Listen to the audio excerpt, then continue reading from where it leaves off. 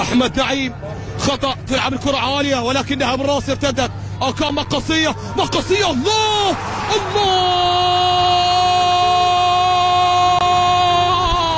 عالمي لمصلحة ياسين سميح.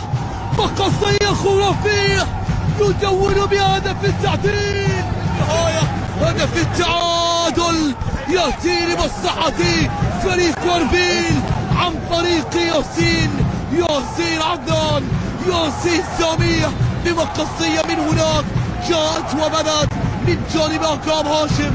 أكرم لعبها بأسيست، ومن هناك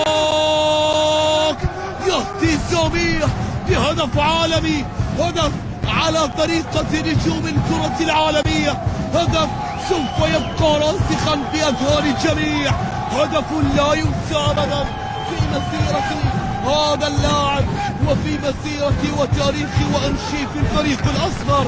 من هناك نعم مشاهدينا ومتابعينا يدون ويسجل في مقصية خرافية.